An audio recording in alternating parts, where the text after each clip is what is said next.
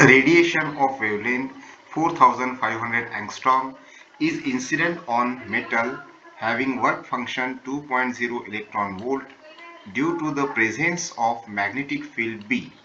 The most energetic photoelectron emitted in the direction of perpendicular to the field move along a circular path of radius 20 cm. What is the value of magnetic field B? तर या ठिकाणी आपल्याला या numerical मध्ये दिलेला आहे की इथे आपल्याकडे एक रेडिएशन आहे आणि त्या रेडिएशनची वेव्हलेंथ आहे 4500 angstrom unit. It is incident on the metal plate. Metal प्लेटवरती पडलेली आहे आणि त्या मेटल प्लेटचं वर्क फंक्शन आहे 2.0 इलेक्ट्रॉन व्होल्ट. तर हे त्याचं वर्क फंक्शन आहे. आपण त्याला फायदे दाखवत असतो.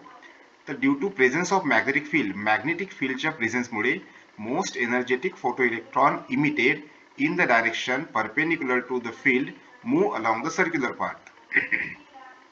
तर मॅग्नेटिक फील्डमुळे या ठिकाणी हा कन्सेप्ट खूप महत्त्वाचा आहे की मॅग्नेटिक फील्डमुळे जो इलेक्ट्रॉन आहे तो सर्क्युलर पाथमध्ये मूव्ह करतो आणि त्याचं रेडियस जे आहे 20 सेंटीमीटर आहे.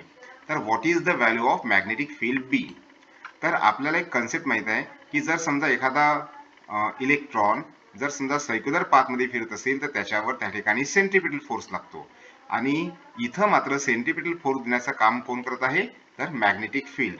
आणि म्हणून आपण या ठिकाणी म्हणू शकतो की इथं सर्क्युलर मोशनसाठी जो सेंट्रिपिटल फोर्स लागला आहे तो मॅग्नेटिक फोर्सने दिलेला आहे. म्हणजे magnetic force will be equal to centripetal force. ठीक आहे. आता गिवन क्वांटिटी आपण लिहून टाकूया. वेव्हलेंथ दिला आहे 4500 अँगस्ट्रॉम. वर्क फंक्शन दिला आहे 2.0 electron volt. Radius of the circular path दिला आहे 20 सेंटीमीटर. ज्याचं आपण मीटरमध्ये कन्व्हर्शन करू तर ते 0.2 मीटर होईल. आपल्याला काढायचं आहे मॅग्नेटिक फील्ड. तर या ठिकाणी मॅग्नेटिक फील्ड काढण्यासाठी आपण सेंट्रिपिटल फोर्स आणि मॅग्नेटिक फील्ड इक्वल करूया. तर इथं पहा मॅग्नेटिक फोर्स आणि सेंट्रिपिटल फोर्स या दोघांना इक्वल केलं. मॅग्नेटिक फोर्सचा फॉर्म्युला आहे जो आपण magnetic field due to electrical चॅप्टरमध्ये शिकलेलो होतो तो आहे BQV.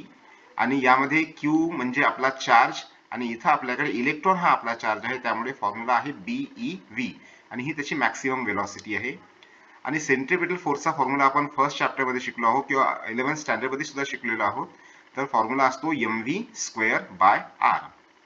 यापैकी इथं जर आपण पाहिलं तर एक V आणि हा इथला एक V हे दोन एक V कॅन्सल होतील आणि हा E जाईल राईट साईडला जाईल तेव्हा तो डिनॉमिनेटर मध्ये जाईल आणि एकच V राहणार आहे या ठिकाणी. तर डिनॉमिनेटर मध्ये गेल्यानंतर आपल्याला मिळेल या ठिकाणी B इज इक्वल टू फक्त B राहील या ठिकाणी M ॲज इट इज. इथला एक V कटला आहे तर तो एक राहील V मॅक्स. तर M V max divided by R into E. तर B is equal to M V max R into E. तर आपण त्या ठिकाणी व्हॅल्यू पुटअप करूया. M as it is. V ची व्हॅल्यू आपल्याला दिलेली नाही आहे तर आपण V ची value photoelectric Einstein's equation आहे आइन्स्टाईन्स फोटो इलेक्ट्रिक इक्वेशन त्यावरून आपण V ची व्हॅल्यू काढणार आहोत. R आणि E ची व्हॅल्यू आपण ठेवली. आपल्याला V ची व्हॅल्यू काढायची आहे. तर या ठिकाणी V ची व्हॅल्यू काढण्यासाठी आपण फोटो इलेक्ट्रिक इक्वेशन त्या ठिकाणी लिहूया. तर kinetic energy is equal to 1/2 mv max square is equal to या ठिकाणी असते h न्यू मायनस फाय. तर न्यूच्या ठिकाणी आपण c/λ लिहिलं. काय बरं? कारण आपल्याला या ठिकाणी वेव्हलेंथ दिला आहे. फ्रिक्वेन्सी दिली असतं आपण h न्यू लिहिलं असतं. वेव्हलेंथ दिल्यामुळे आपण न्यूच्या ठिकाणी c/λ लिहिलेलं आहे. तर 1/2 mv max square is equal to hc/λ minus phi. Value put up करूया. तर व्हॅल्यू पुटअप केल्यानंतर या ठिकाणी h ची व्हॅल्यू आहे 6.63 इंटू 10⁻−34. c ची व्हॅल्यू आहे 3 इंटू 10⁸. लॅम्बडा दिला आहे 4500 अँगस्ट्रॉम आणि 4500 अँगस्ट्रॉमचं आपण मीटरमध्ये कन्व्हर्शन करू. तर अँगस्ट्रॉम युनिटचं मीटरमध्ये कन्व्हर्शन करताना 10⁻−10 घ्यावं लागते. मायनस हा मायनस आहे आणि वर्क फंक्शन आहे फाय 2 इलेक्ट्रॉन वोल्ट आणि इथं आपण इलेक्ट्रॉन वोल्टचं जूल मध्ये घेणार आहोत. तर इलेक्ट्रॉन वोल्टचं जूल मध्ये करताना त्याला मल्टिप्लाय करावं लागते 1.6 इंटू 10⁻−19 ने. तर याचं जे आन्सर आपल्याला मिळत आहे हे जे सबट्रॅक्शन आहे या सबट्रॅक्शनचा आन्सर मिळत आहे 1.22 इंटू 10⁻−19 जूल. तर 1/2 mv max square is equal to 1.22 into 10⁻−19 joule. तर हे इथे या ठिकाणी मिळालं. तर Vmax काय होईल, तर या ठिकाणी 2 ला जर आपण इकडे घेऊन गेलो तर 2 × 1.22 होईल आणि m ला जर इकडे घेऊन गेलो तर m हा डिव्हिजन मध्ये जाईल आणि त्याच्यानंतर v चा स्क्वेअर होता त्याचा स्क्वेअर रूट घ्यावा लागेल. तर Vmax आपल्याला ही व्हॅल्यू मिळणार आहे. ही व्हॅल्यू या ठिकाणी मिळेल. तर ही जी व्हॅल्यू आहे ही व्हॅल्यू आपण या फॉर्म्युल्यामध्ये ठेवूया. तर आपल्याला मिळेल b m Vmax r जे होतं त्यामध्ये आपण ह्या व्हॅल्यू ठेवल्या होत्या याच्या आधीच. ही व्हॅल्यू ठेवली होती आणि आता Vmax ची व्हॅल्यू ही आहे ही ठेवली. हा जो m आहे हा m या ठिकाणी स्क्वेअर रूटच्या बाहेर आहे आणि जर समजा आपण याला स्क्वेअर रूटच्या आतमध्ये घेऊन गेलं तर स्क्वेअर रूटच्या आतमध्ये घेऊन गेलं m तर हा होईल m चा स्क्वेअर. आतमध्ये घेऊन गेलं तर m चा स्क्वेअर होईल.